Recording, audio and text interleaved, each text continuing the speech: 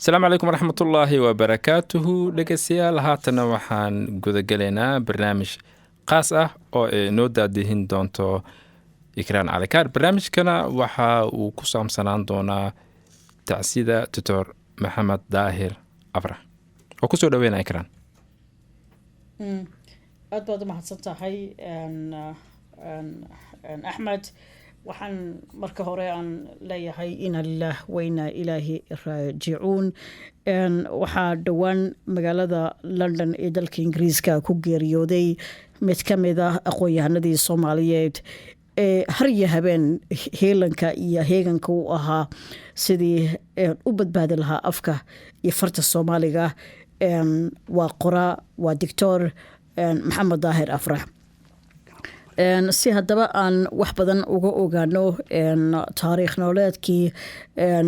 ilaahay ha u naxariistay aqoon-yahanka naga baxay waxaa qadka teleefonka ku jira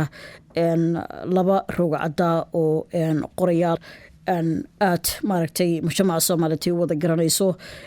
aqoon badanna ay u lahaayeen lana soo shaqeeyeen doctor maxamed daahir waa cabdulaahi sheekh xuseen hantiwadaag iyo professor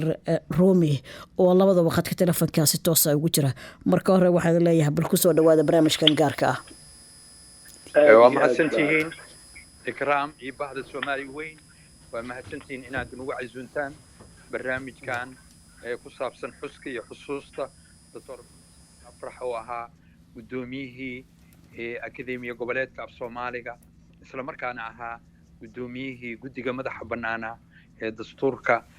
dib u eegista dastuurka qaranka sidoo kale waxaan meeshan ka salaamayaa qoraaga iyo wariyaha weyn cabdulaahi sheekh xuseen hantiwadaag oo ah nin ruugcadda ah cabdulaahi waa ku salaam aad iyo aad baan kaaga qaaday ikraamna waa u mahad celinayaa doctor rumi runtii aad iyo aad ayaan annagoo murugaysan maanta diyaar waxaan ugu nahay in aan ka qayb galno baroldiiqa loo samaynayo halyeygii weynaa maxamed afrax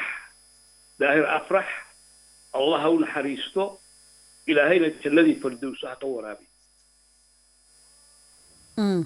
waa tahay labadiinaba waxaad ahaydeen rag si gaar ah iyo xiliyo gaar ah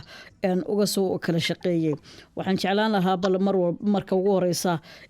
mid walbo adinka idinka mid ah maaragtay inaad nooga jawaabtaan goortii aad wada shaqayseen anoo marka hore ku bilaabayo rogcadda saxafi cabdulaahi sheekh xuseen hantiwadaag cabdulaahina anigu waa macalinkaygii saxaafadda si weyna anoo raba aan uga mahad celi dhinacaasano fursaddan ka faa'iidaysanaya cabdulaahi maxamed daahir afrax wuxuu ahaa qoraal la garanaya soomaaliya oo sheekooyinkii uu qoray ay ahayd kuwii ugu caansanaa ee geyiga soomaaliyeed aad saameyn ugu yeeshay oo la hadalhayay adigoo maxamed daahir afrax goormay ahayd markii kuugu horeysay oo aad la kulanto goormaysa ahayd waqtigii uu bilaabay in uu qoro sheekadii manafay ee wargeyska xidigta oktoobar kusoo bixi jirtay aad iyo aad baan ugu mahadinhayaa afrax allah ha u naxariistee waxaan isbarannay bartamihii 1970 runtii wuxuu ahaa nin aad saxaafadda u jecel mar kasta wuxuu ku soo qori jiray maqaallo iyo qormooyin aad loo jecel yahay xidigta oktoobar oo maalin walba soo bixi jirtay waxaa jiray marka magaaladaas cabbaar markuu waday waxa uu ku xujiyey sheekooyin taxano ah oo wargeyska maalin walba ku soo bixi jiray oo ay ka mid ahaayeen maanafay iyo galti macruuf oo si joogto ah dabayaaqadii 70-meeyadii qabsaday dalka oo dhan weliba sheekada oo galti macruuf waxaa laga joojiyey markii lagu tuhmay in ay gashay bado siyaasadeed iyadoo dhex maraysa laga joojiyey markaa kabacdina waxaa jira iyadana sheekada maarafay in lagu dhammaystiray badanaaba xidigta October sheeka waxay noqotay keentay in la badiyo cadadkii xidigta October oo lagu daro ilaa 20,000 oo nuqul in lagu daro maadaama dadkii aad iyo aad ay u jeclaysteen sheekada Allah u naxariistee afrax mar uu ii sheegay wuxuu yiri waxa laygu yiri sheekada sii wad si wargeyska xidigta October uu suuq u yeesho oo la sii wado waxaana u sheegay yiri in sheekadu ay leedahay meel ay ka bilaabato iyo meel ay ku dhamaato ayna micnabeelayso haddii la iska sii wado marka waqtigii loogu talagalay iyo sheekadu meeshay ku dhammaanaysay ayay ku dhammaatay marka waxaa aad iyo aad u aanbaxay oo dadku ku yaqaaniin marxuumka sheekada maarafay laakiin wuxuu wax ku qoray ingiriisi carabi iyo soomaali saddexdaas luuqadood oo uu isku mid ugu hadli jiray waa tahay ilaahay ha u naxariisto runtii ma sahlana in taariikhdiisii halkan lagu soo koobo anagoo fursadda aan haysana aan ka faa'iidaysanayno bal markan aan professor Rumi siiyo Rumi adigu si gaarna waad iskula soo shaqayseen tani markii la aasaasay akademiga goboleedka afka Soomaaliga ee aaga adigu professorka markii kuugu horeysay ama doctorkan ilaahda aad wada kulanteen oo aad wada shaqayseen goormay ahayd aad u mahadsantahay Ikram waxaa jirta aniga doctor afrax inaan isbaranay xilliga aan dhiganayay dugsiga sare oo aan ka dhiganayay magaalada Muqdisho xilligaas ayaa waxaa loo baahday in ruwaayadii uu alifay doctor afrax ee la dhihi jiray durbaan beena baxaya dareen garasho lahaada in jilideeda laga qayb geliyo ardayda dugsiyada sare ee magaalada Muqdisho marka waxaan fursad u helay inaan ka qayb galo jilidii ruwaayadaas uu alifay doctor afrax oo ay jilayeen ardayda dugsiyada sare ee magaalada Muqdisho iyo kooxdii xilligaas jirtay ee ururka dhalinyarada Soomaaliyeed ee danan la dhihi jiray marka xilligaas waxaan fursad u helay inaan ku soo wareego dalkoo dhan doctor afrax ayaana hogaaminayay waxaana gaarnay dhammaan gobolada Soomaaliyeed iyadoo lagu soo bandhigay halkaas ruwaayadaas ma fahamsantaa qiimaha leed ee la oran jiray durbaan beena baxaya dareen garasho lahaada marka meelii aan tagna waxaa ka mid ah oo aan tagnay Gaalkacyo waxaa ka mid ah ii sheeg dhinacaas iyo Hargeysa waxaan tagnay Boorame marka gobolada oo dhan ayaa lagu soo wareejiyay ruwaayadaas ujeedadeeduna waxay ahayd wacyigelinta bulshada ma fahamsanta ay ahayd ruwaayad aad u fiican ay ahayd waxyaalihii ku jiray oo aan in muddo ka fikirayay waxaa ka mid ah hees ka mid ahaa oo la dhihi jiray gurbaan beena baxaya dareen garasho lahaada sidoo kale waxaa ku jiray tix ayaa ku jirtay iyadana la dhahayay welina wayna daba socdaan dadkeenuna waa dadkii marka aad baan uga fikiray doctor afrax iyo ninkii kale oo ruwaayad fahamsan tahay heesaheeda lahaa oo la oran jiray Ismaaciil Xirsi Farxaan maxay ula jeedeen ma fahamsan tahay welina wayna daba socdaan dadkeenuna waa dadkii marka aadaan ula yaabi jiray waxana daba socdo dadkana aysan isbedeli jirin marka aad ay ruwaayadaas u fiicneed xilligaas ayayna ahayd xilligii aan bartay doctor afrax xilligaasna waxa weeyaan xilligii lagu jiray qoraalka iyo horumarinta afka hooyo oo uu doctor afrax dhinacyo badan ma fahamsan tahay qaybteeda ku lahaa hadday noqon lahayd dhinaca fan masriixiyeedka sida ruwaayadaha iyo haddii ay noqon lahayd arrintii uu haddan sheegay Cabdullaahi Sheekh Xuseen Anta Wadaag oo ah ma fahamsan tahay curinta sheekooyinka fanniga ah ama sheeko faneedka casriga ah oo ay ka mid ahaayeen kuwii hadda uu sheegay Cabdullaahi Anta Wadaag sida galti macruuf iyo sheekadii laga daba dhacay ee ahayd ma fahamsan tahay maanafay marka roomi anoo wari su-aasha ku sii siinaya marka laga soo tago labadaas buug iyo weliba sheekadii manafay oo ahayd tii ugu caansaneed ee geyiga dalka oo dhan soomaalidu ay wada hayeen ma jiraan sheekooyin kale oo ka baxsan labadaas buug uu qoraagu u qoray kale ayaa jira laakiin si fiican looma helin oo uu doctorka qoray bugaag ayaa jiro bugaagta uu qoray waxaa ka mid oon sheeko ahayn buugga la yidhaahdo ma fahamsan tahay dal dad waayey iyo duni damiir beeshay buuggaasoo ah buug aad u fiican kana hadlayo dalka soomaaliyeed oo isagoo ma fahamsan tahay si suugaanaysan ciwaanka ma fahamsan tahay u isticmaalay qaafiyadda da isagoo yidhi dal dad waayey iyo duni damiir beeshay marka dal dad waayey wuxuu ka wadaa ma fahamsan tahay dal waaye hoggaan wanaagsan duni damiir beeshana wuxuu ka wadaa dunida inay sidaan ku fiirsanayda soomaalida oo ah macluusha iyo dagaalada sokeeye marka buwaagtaas ayaa ah buwaagta xiisaa leh oo doctor afrax uu qoray ma fahamsantahay oo uga warramayo sida garwadeenka ma fahamsantahay siyaasadda iyo garwadeenka indheergaradka ah ay ma fahamsantahay ugu guulaysan waayeen inay xalliyaan dhibaatooyinka soomaaliya ka jira waxyaalaha kale oo doctor afrax lagu xasuusan doono ikraamay waxaa ka mid ah waxaa loo yaqaano institution building oo ah hay-adaha sida loo dhiso loo hormariyo doctor afrax wuxuu dhisay hay-ado waaweyn oo weligood jiri doona hadduu ilaah idmo hay-adahaasna waxaa ka mid a oo asaasideeda lahaa Somali Ben oo ah ururka qalinleyda iyo qorayaasha Soomaaliyeed oo haatan jiro oo uu weliba ilaa haatan intuu ka dhimanayo uu ka ahaa gudoomiye sharafeed waxaa ka mid ah hay-adda kale uu dhisay doctor afrax ma fahamsantahay hay-addan lagu magacaabo akademi goboleedka af Soomaaliga uu haatan ka ahaa gudoomiyaha marka doctor afrax wuxuu ku fiicnaa dhinaca maamulka isku haynta dadka ma fahamsantahay iyo asagoo xiriir la lahaa dad kala duwan gaar ahaan indheer garadka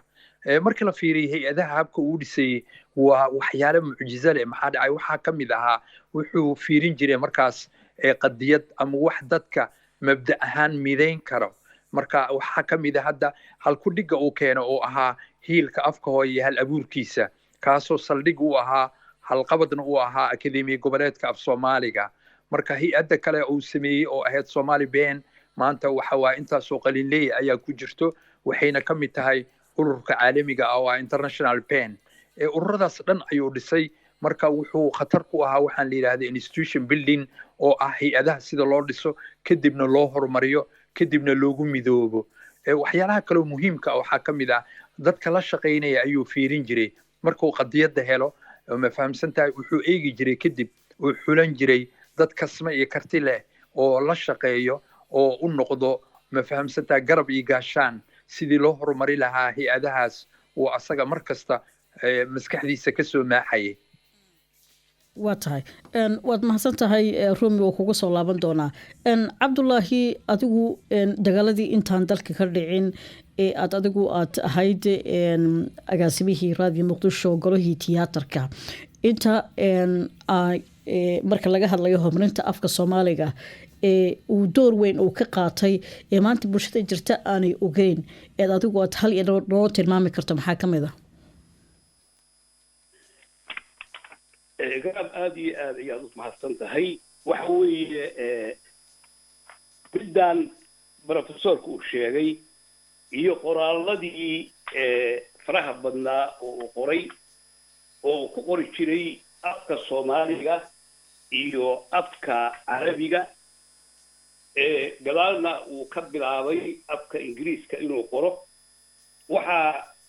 ugu weynaa waxa weeye artikolladii ama qormooyinkii kala gedisnaa oo uu ku qori jiray xidigta October ama najmatul October oo afka Carabiga labadaba uu ku qori jiray Carabiga iyo Soomaaliga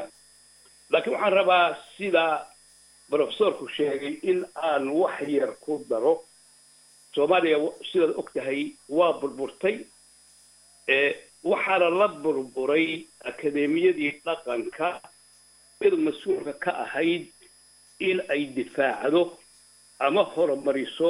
afka iyo suugaanta Soomaaliyeed markii akademiyadii burburtay nin walba oo Soomaaliya xil baa ka saarnaa sidii loo difaaci lahaa afka soomaaliga laakiin xilkaa waxaa dusha u ritay allah u naxariistee maxamed daahir afrax waadna ogtahay afkii soomaaliga in markii qarankeena xooga badnaa uu dumay in duulimaad lagu soo qaaday in meesha ummad laga baabi'iyo ama laga wareemo waa afkooda hooyo afkii baa lagu soo duulay luqadii soomaaliga suugaanteennii dhaqankeennii hiddihii aanu lahayn ayaa dagaal xun weliba dad mashaariic soo qaatay oo cadowgeennu uu ka faa'iidaysanayo wuxuu ahaa ninka qur oo u istaagay isku xil saaray in uu dagaal u galo in uu soo nooleeyo afkii soomaaliga ama uu badbaadiyo maadaama soomaali ay tabadarayd wuxuu qayladhaan u dirsaday meel ay joogaanba dadka af soomaaliga soomaalida oo sida Djibouti oo kale sida maxay ahayd Soomaali galbeed oo kale wuxuu yiri afkan waa af naga dhaxeeya Soomaali kaliya afkan ka baabi'i mahayo waxa weeye waa inaanu inta isku tagno aanu afka badbaadino qayladii maxamed daahir afrax meel cidla kuma dhicin waliba waxaan u mahadnaqaynaa madaxweynaha dalka Djibouti Ismaaciil Cumar Geelle oo fikirkii u geeyay maxamed daahir afrax aqbalay siiyay meel iyo degaan iyo meel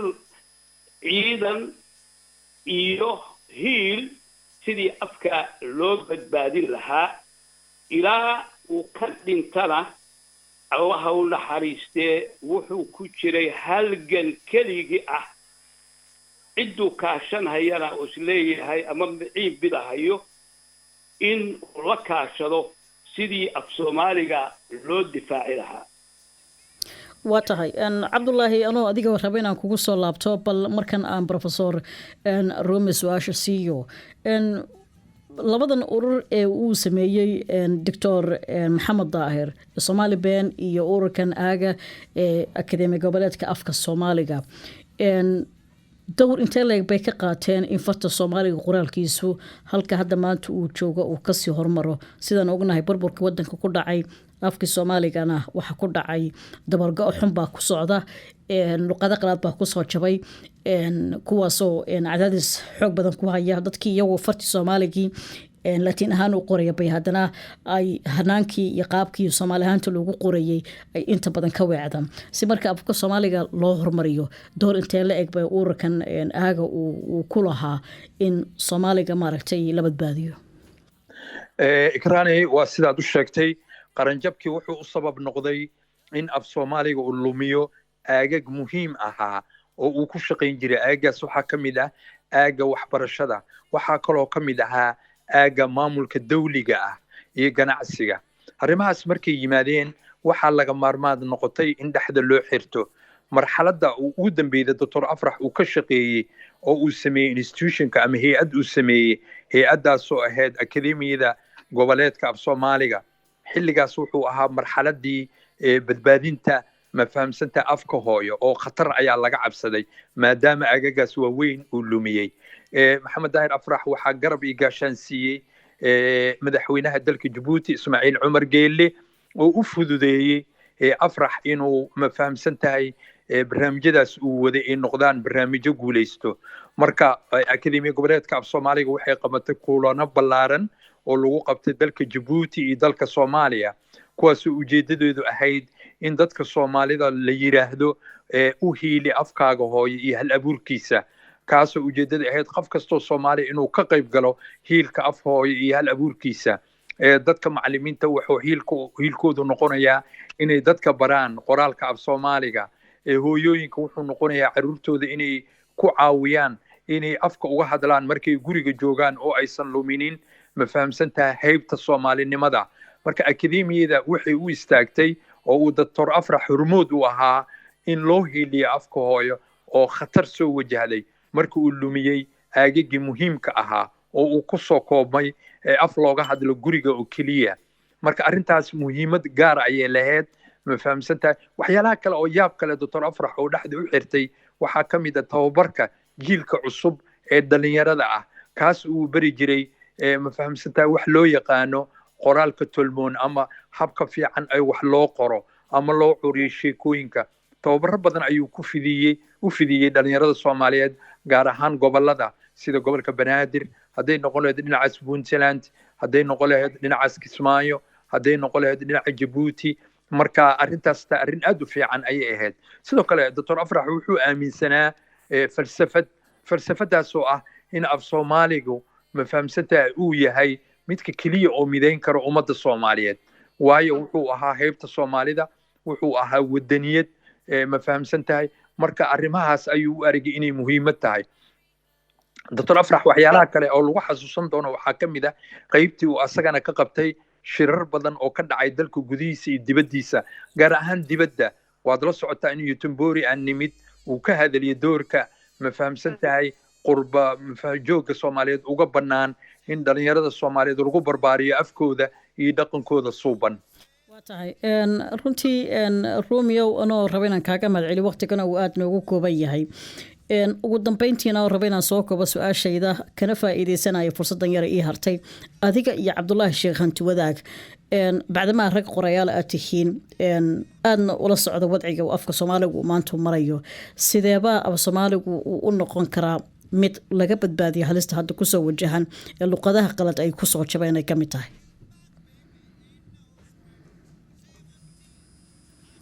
su-aasha labadiinaba waa idin siiyey laakiin waxaan jecelahay inaan Cabdullaahi Sheekh Xuseen Wadaag ku hormaro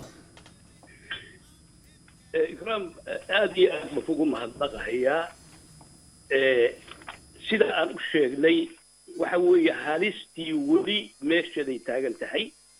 waad aragtay dadka dibadaha ku dhasha af Soomaaliga siday cayrta uga yihiin oo iyaga bal warkooda meel noo dhig waalidka waxaad arkaysaa iyo ilmihii isma afyaqaaniin cunugii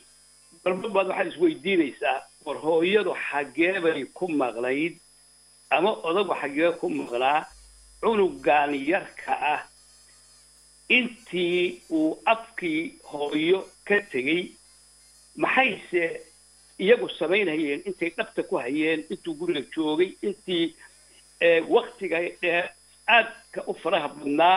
oo ay la joogeen walwal ma leh Cabdullaahi waqtiga ayaa aad igu yar waan kaaga mahadcelinayaa Soomaaliya waxaa la rabaa gudbo dalka Soomaaliya waxaa la rabaa in ay soo nooleeyaan dhaqanku waa maxay waxa weeye afkii Soomaaliga in la qoro waxaad arkaysaa madaxdii dalka ugu sarreysay waxay ku soo darahayaan markay khudbooyinka akhrinayaan 5% ama 7% in ah oo af ajnabi ah waxa loo baahan yahay Cabdullaahi waad mahadsan tahay waqtiga ayaa igu dhamaaday Roomi adna second ayaad haysataa 30 second maxaad ku dar lahayd waxaan ku darayaa aniga waxa loo baahan yahay siyaasad ma fahamsantaa in la helo dawli ah siyaasaddaas ku wajahan horumarinta iyo badbaadinta afka hooyo taas ayaa muhiim ah siyaasaddaas kadib waxaa loo baahan